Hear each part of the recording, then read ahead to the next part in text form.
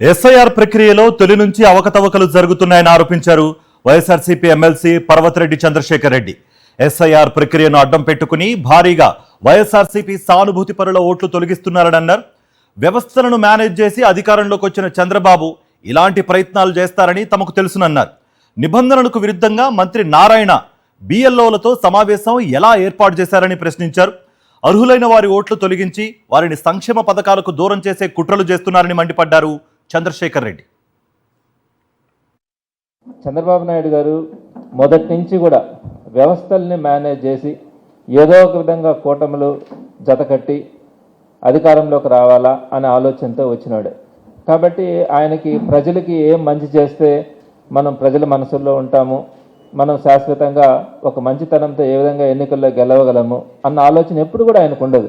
ఇతను ఎప్పుడు కూడా ఒక మ్యానిపులేటర్.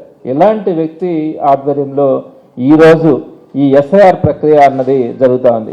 దీన్ని అడ్డం పెట్టుకొని వైఎస్ఆర్సీపీ సానుభూతి పరులు కానీ వైఎస్ఆర్సీపీ ఓటర్లు కానీ లేదా టీడీపీ ఓటర్లు కానటువంటి ఏ విధమైనటువంటి వ్యక్తులైనా కూడా, అది వేరే ఏ పార్టీ అయినా కూడా, వారందరినీ కూడా తొలగించేదానికి పైనుంచి కింద దాకా ఆదేశాలతో వీరందరూ కూడా అమలు చేస్తూ ఉన్నటువంటి అంశం మనకు కనపడతా ఉంది. వీరు తెలుగుదేశంకి ఓట్లు వెయ్యరు అన్న కారణంగా కనుక ఈరోజు ఓటర్లను తొలగిస్తే రేపు పొద్దున ఓటు లేదు అంటే వాడు భారతీయుడు కాదని లేదా ఈ సమాజంలో ఒక వ్యక్తి కాదన్నట్టు లెక్క.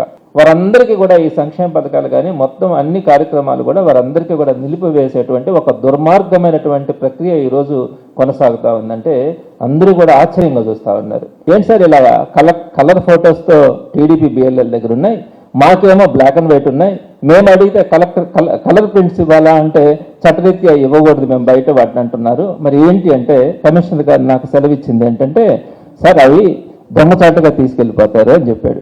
టీడీపీ బిఎల్ఏలు ఎక్కడో ఒక దగ్గర దొంగచాటుగా తీసుకెళ్ళిపోతా ఉన్నారంటే వ్యవస్థలు ఎక్కడికి పోతా ఉన్నాయి? బిఎల్ఓలు గవర్నమెంట్కి సంబంధించిన వాళ్ళు, బిఎల్ఏలు మా పార్టీలకు సంబంధించిన వాళ్ళు.